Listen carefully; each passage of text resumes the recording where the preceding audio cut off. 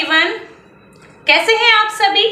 I hope आप सभी बहुत अच्छे होंगे और घर पे अपनी बहुत अच्छे से पढ़ाई कर रहे होंगे।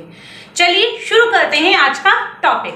माई सेल्फ शिवांगी अग्रवाल। आज हम क्लास 12th के फिजिक्स के चैप्टर 1 का एक और काफी इंपॉर्टेंट टॉपिक पढ़ेंगे।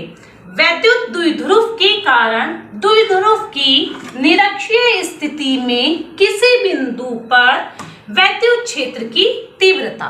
अभी तक हमने अक्षीय स्थिति में पढ़ी थी, अब हम निरक्षीय स्थिति में पढ़ेंगे।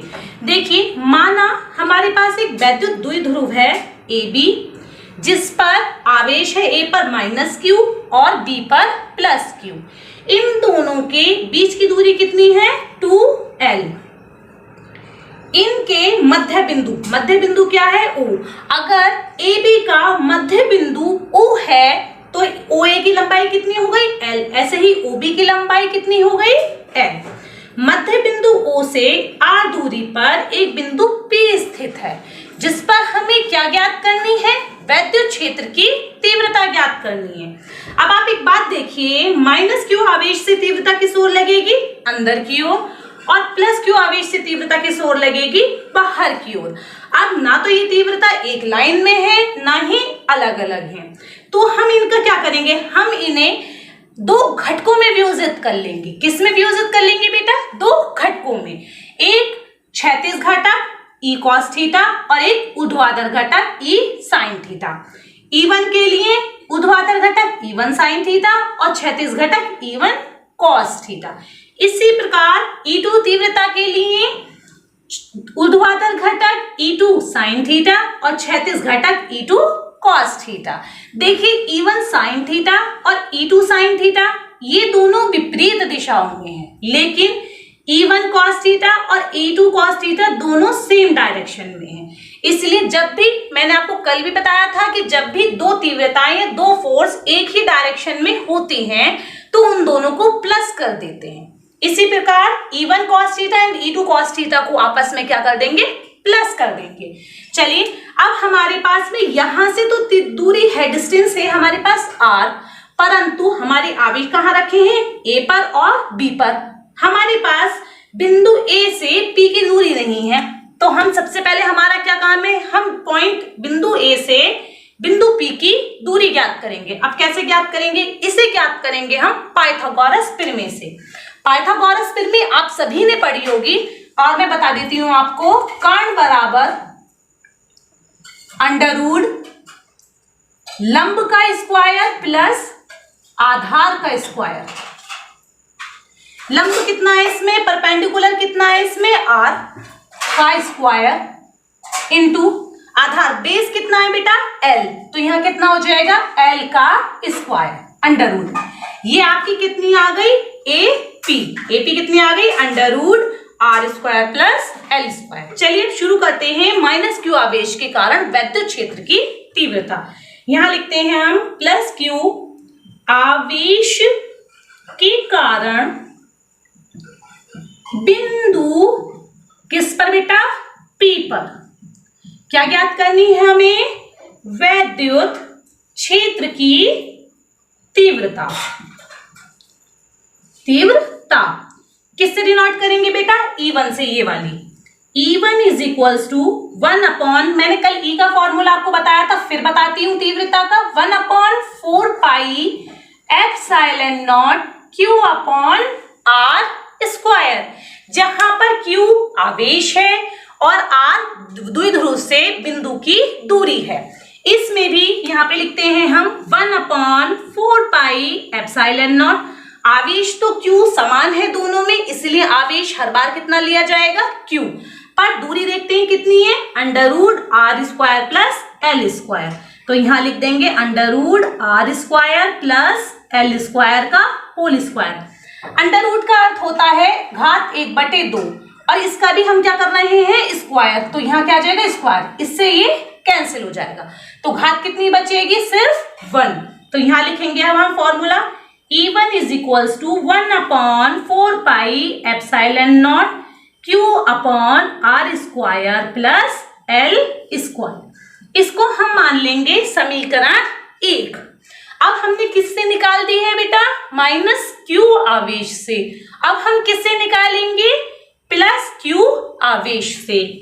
तो यहां लिखेंगे हम प्लस क्यू आवेश के कारण वैद्युत क्षेत्र की तीव्रता। प्लस क्यू आवेश से कितनी होगी? E2 बराबर 1/4 pi epsilon naught Q upon, इधर डिस्टेंस कितनी है बेटा? सेम डिस्टेंस है इसकी तरह, तो हम क्या लिख सकते हैं? डायरेक्ट इसे लिख देंगे R square plus L square, समीकरण नंबर 2। अब आप एक बात देखिए, E1 और E2 आपस में कैसे हैं? बिल्कुल बराबर हैं।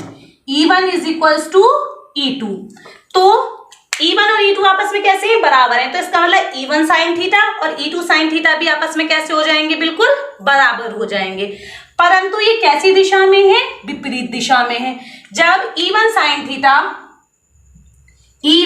Sign theta is equals to है E2 साइन थीटा के, तो अगर हम इन दोनों को माइनस करेंगे, क्योंकि विपरीत दिशा में है तो इसलिए हमें इन्हें क्या करना होगा? माइनस करना होगा।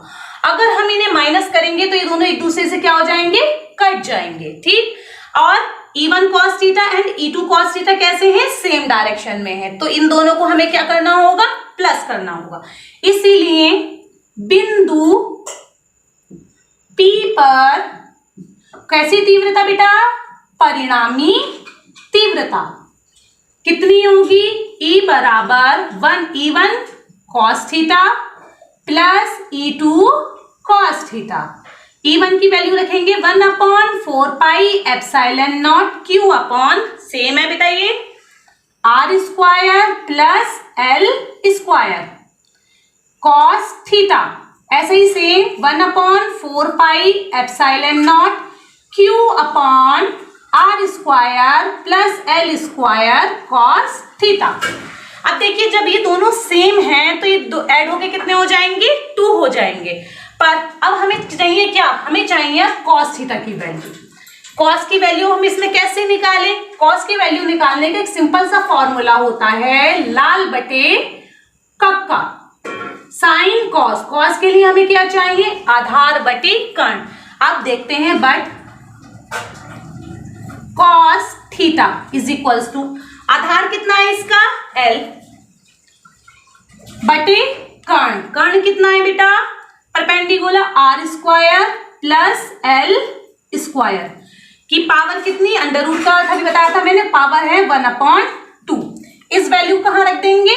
यहां पर रख देंगे, तो कितना हो जाएगा? E is equals to 1/4 pi epsilon naught Q upon R square plus L square into L upon R square plus L square की पावर 1/2। देखिए इसकी पावर है 1, इसकी पावर है 1/2, तो हम इसे यहाँ ऐड करते हैं। 1 प्लस 1/2, एलसीएम लिया 2, 2 plus 1 is equals to 3/2। Clear है इतनी बात? ये दोनों पावर मिलके कितनी हो जाएंगी? 3/2। चलिए, लेकिन अभी मैंने आपको पढ़ाया था कि R जो ये वैद्युत द्विध्रुव की लंबाई L जो है R के कंपेयर में बहुत छोटी है। जब ये बहुत छोटी है तो हम इसे नेग्लेक्ट कर देंगे। क्या लिखा जाएगा? R is more greater than L, तो ये हो जाएगा E is equals to 1/4 pi epsilon naught. अब आप देखिए 2Q इंटू L किसके बराबर हो जाएंगे? P के। P क्या होता है? वैद्युत द्विध्रुव आघूर्ण। तो यहीं पर लिख देंगे हम, बट Q इंटू 2L बराबर P। तो इन दोनों की जगह क्या आ जाएगा? P अपॉन R स्क्वायर की पावर 2 और 1 कितने हो गए? यहाँ पर 3, तो कितना आ गया? 3/2। इस 2 से ये 2 कैंसिल हो जाएगा, तो हमारे पास फॉर्मूला कितना आएगा? 1/4 pi epsilon not P upon R की पावर 3। यही हमारा वैद्युत द्विध्रुव के कारण द्विध्रुव की निरक्षीय स्थिति में किसी बिंदु पर वैद्युत क्षेत्र की तीव्रता का सूत्र है। Thank you.